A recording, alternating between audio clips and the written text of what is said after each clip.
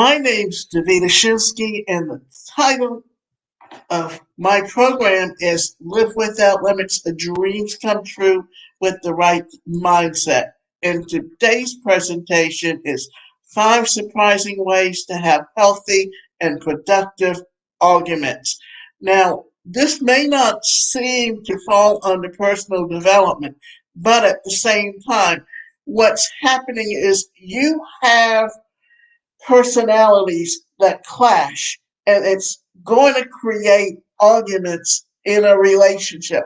But understanding how to have healthy relationships and arguments that don't break down the marriage is so very important, because for so many ways we tend to take things personally, and just realize that what's happening here is that you want to develop healthy relationships. Because whether you're in a personal relationship or even a business relationship, there are always going to be arguments.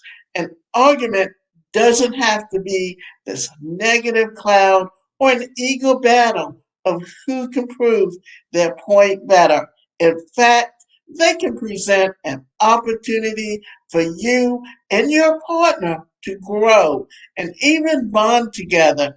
Yes, it's true. And here's the thing, most therapists won't say a healthy relationship doesn't include arguments. Rather, they will acknowledge that a healthy relationship tends to revolve around how you argue. It doesn't include one-upping your partner or trying to push your point across first. So, is your bickering getting out of control with your partner? How can you communicate in a healthy way? So, let's get down to business. It is it healthy to have an argument? Arguments don't equate to a bad relationship. As mentioned above, it's more about how you handle these disagreements. And at the end of the day, there's no way that people will ever get along perfectly on each and every point and aspect of life. The truth is that healthy arguments can actually be quite productive. Yet, before we dig into what this looks like, let's examine the details of an unhealthy argument. What does an unhealthy argument look like? An unhealthy argument usually leaves both parties feeling defeated or unheard. You both end up defensive or accusing the other. Perhaps there are a lot of you statements being thrown around. You end up going in circles, really getting nowhere constructively.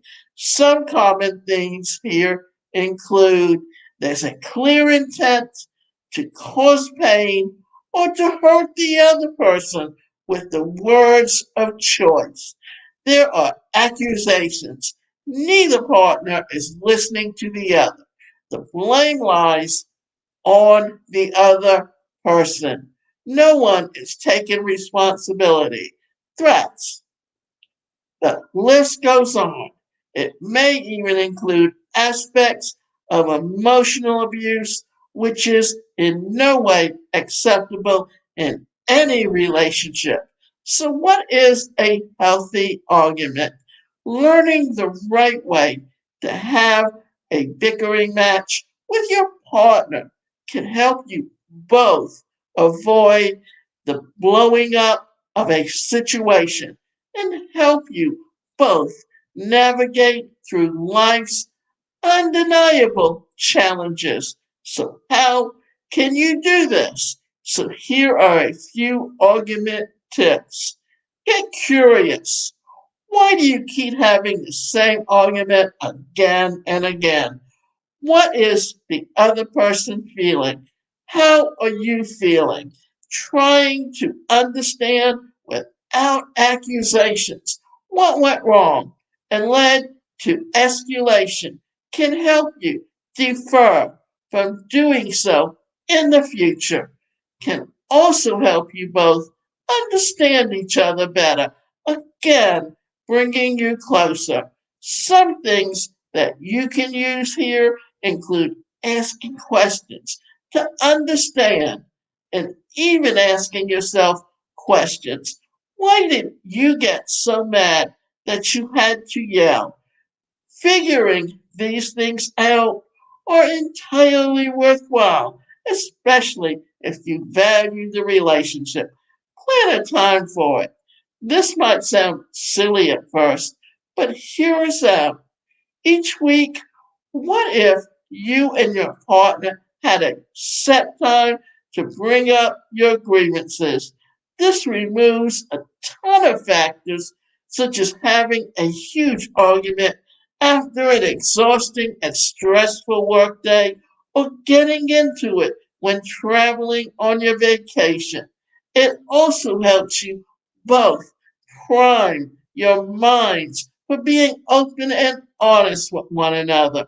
This can further help you each gather your thoughts and present them in a considerate and caring way.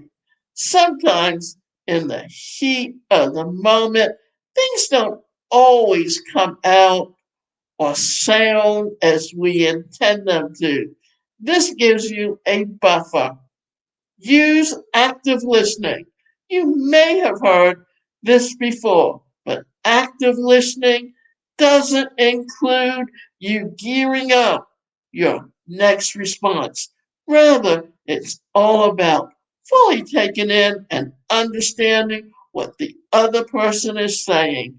When having a disagreement, this means not having a response ready.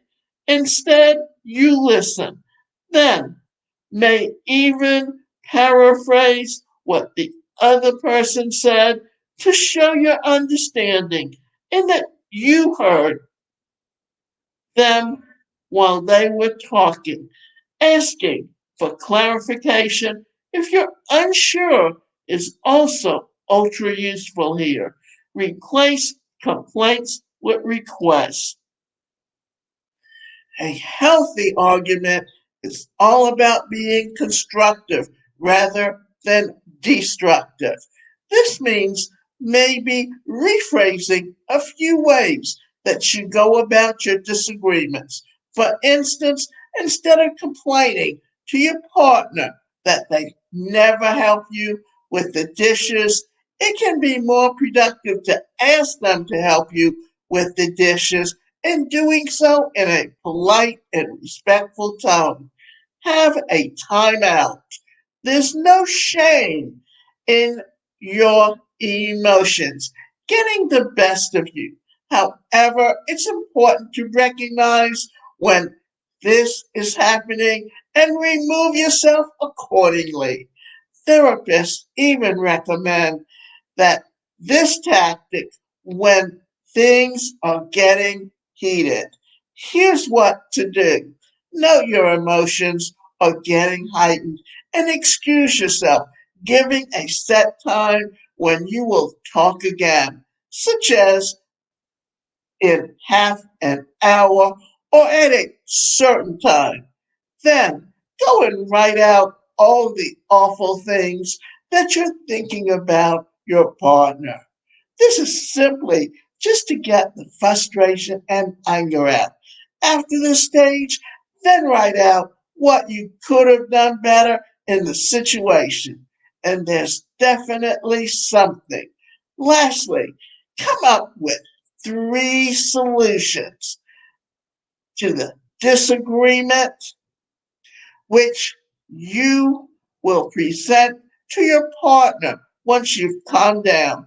These solutions may even involve you apologizing for your part in the disagreement. Remember, you're a team. Arguments happen.